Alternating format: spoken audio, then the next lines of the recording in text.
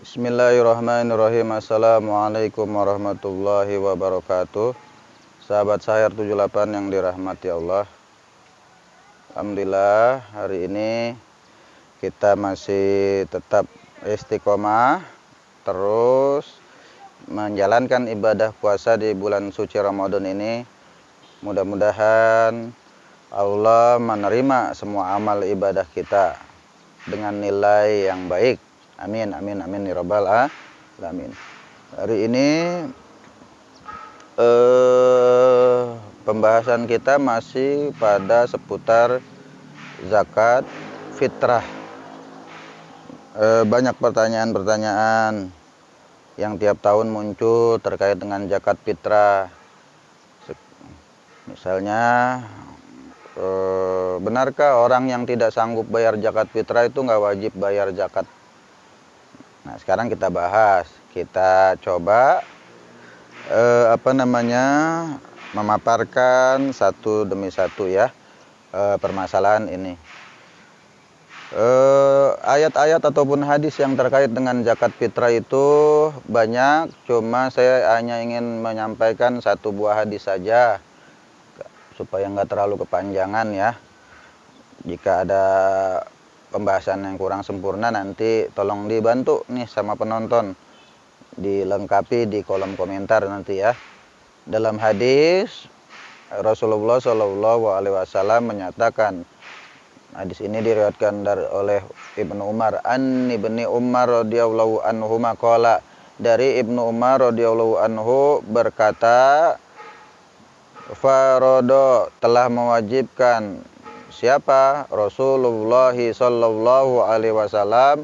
Rasulullah sallallahu alaihi wasallam zakatul fitri, untuk membayar zakat fitrah. So'an min tamrin, ukurannya satu so dari kurma. Au so'an min syair, dan satu so dari gandum. Wa dzakari wal unsa, baik dari laki-laki maupun perempuan ya. Alal abdi wal hurri, pada setiap hamba saya dan orang-orang yang merdeka. Wal wassogiri wal kabiri, juga dari kalangan anak kecil sampai orang dewasa. Minal muslimina, dari kaum muslimin. Wa amaroha, dan beliau siapa? Rasulullah SAW memerintahkan antu adi, untuk menunaikan zakat fitrah itu qabla khurujin nasi ila sholah, sebelum kaum muslimin keluar untuk melaksanakan sholat Idul Fitri. Itu hadisnya ya. Jadi pada umumnya setiap kaum muslimin wajib membayar zakat fitrah, karena memang zakat fitrah adalah bagian daripada rukun Islam. Jadi mau nggak mau, suka nggak suka ya, kalau orang Islam ya harus bayar zakat, apalagi orang-orang yang diberikan kemampuan. Nah, sekarang yang jadi permasalahan, jika nggak mampu, itu gimana? Apakah kemudian dibenarkan untuk tidak membayar zakat fitrah? Jadi begini pembahasannya. Kalau dari pendapat fuqaha, itu dari Imam Syafi'i, Maliki, Hambali, itu bagi fakir miskin yang benar-benar nggak ada harta pada akhir menjelang Idul Fitri, itu tidak memiliki kewajiban untuk membayar zakat fitrah ya. Ya misalnya udah malam mau lebaran, besoknya lebaran, malamnya nggak ada sisa makanan dari pagi sampai malam buat keluarganya. Taruhlah istri, suami, anak 3-5 anggota keluarga, itu nggak pegang duit sama sekali dari pagi sampai sholat id. Nah, itu orang-orang yang tidak memiliki kewajiban untuk membayar zakat. Tapi kayaknya kalau zaman sekarang nggak ada yang kayak gitu. Pasti kalau orang sesulit-sulitnya, kalau tinggal di kota mah ada aja yang bantu, ada aja yang ngasih. Kecuali yang tinggal di pedalaman, nggak tahu, udah nggak ngerti. Kalau kondisinya kayak gitu ya berarti memang nggak punya kewajiban untuk membayar zakat fitrah ya. Itu pendapat para fuqaha ya. Ya cuma juga perlu disiasati kalau benar pas zakat pas hari ke-29 Ramadan, terus kemudian ulil amrinya menetapkan bahwa besok lebaran, terus banyak zakat fitrah yang masuk ke banyak para muzaki yang membayar zakat kepada dia, terus jumlahnya udah lebih, dia bisa bayar lagi buat keluarganya, masih ada sisanya buat makan besok, maka dia sudah masuk kategori yang wajib membayar zakat, ya, membayar zakat. Nah, sekarang bayar zakat 40.000 taruhlah kalau diduitin ya, standar Basnas Badan Amil Zakat Nasional 40.000. Kalau 5 anggota keluarga berarti dia harus bayar zakat 200.000 ya. 200.000 itu terus kemudian dia dapat zakat dari orang jumlahnya sampai 2 juta. Ya harus bayar itu yang 200.000, bayar buat istrinya, anaknya 3 orang dan dia jadi 5 orang. Sisanya yaitu rezeki dia. Begitu ya. Kalaupun dapatnya cuma 40.000, misalnya dapat 40.000, bayar zakat buat dirinya sendiri, buat si suami, buat bapaknya, ayahnya. Istri dan anaknya nggak usah, karena memang cuma ada 40.000, cuma cukup bayar buat 1 orang. Kalau bisa buat bayar 2 orang, bayar 2 orang. Ya, tapi dengan catatan dia masih punya sisa makanan hari ini sampai besok pagi. Kalau cuma 40.000-nya ya nggak punya kewajiban. Nah nanti buat makan dia sama keluarganya mana nggak ada. Nah begitu ya. Itu pembahasannya sedikit. Mudah-mudahan bermanfaat ya. Jadi bagi mereka yang benar-benar nggak ada duit sama sekali, pas malam takbiran umpamanya pengen bayar zakat bingung, nggak apa-apa, nggak usah bingung. Jadi kalau memang nggak ada ya tetap harus artinya ya ikhtiar, berusaha gimana caranya supaya bisa bayar zakat, berdoa sama Allah supaya dikasih rezeki buat bayar zakat. Hanya saja kalau kondisinya kayak gitu, tetangga-tetangganya dosa semua itu.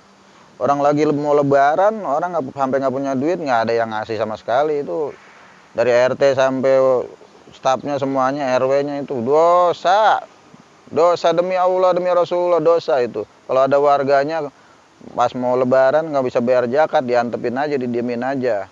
Ya, harus ada kesadaran, tanggung jawab bersama untuk membantu.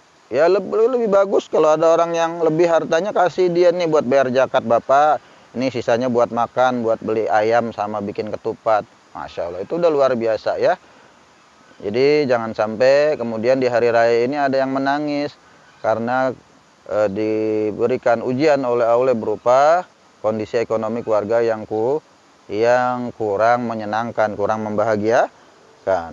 Ya, oke. Sebelum ditutup, silakan yang ingin sharing, ingin komentar, ingin diskusi di kolom komentar konten ini. Nah, nanti kita diskusikan bareng-bareng ya. Kesimpulan dari permasalahan ini adalah, kesimpulannya dari konten ini, orang-orang yang benar-benar tidak mampu itu dibebaskan dari kewajiban membayar zakat fitrah ya. Kita tarik makna filosofinya, zakat fitrah itu adalah melatih diri kita untuk bisa berbagi terhadap sesama muslim, bahkan terhadap sesama manusia. Orang-orang di sekitar kita yang beda agama pun kalau kita mampu, dia sulit, bantu. Nah itulah makna filosofis yang harus menjadi renungan kita, agar terpatri dalam hati dan jiwa kita, agar kita senantiasa kalau dapat rezeki langsung potong 2,5% kasih siapa, anak yatim, potong lagi 2,5% kasih siapa, kasih janda-janda miskin, potong lagi kasih masjid. Walaupun ukurannya nggak mesti harus 2,5% ya. Jadi nggak ada nasnya, nggak ada ketentuannya dari syariat Islam bahwa kalau kita dapat uang misalnya 500.000 potong 2,5%, itu nggak boleh lebih, nggak boleh kurang, nggak, kecuali zakat. Kalau zakat fitrah jelas itu sudah ada ketentuannya ya, bayarnya 1 sok kurma atau gandum. Kalau dijadiin beras itu sebesar 3,5 liter.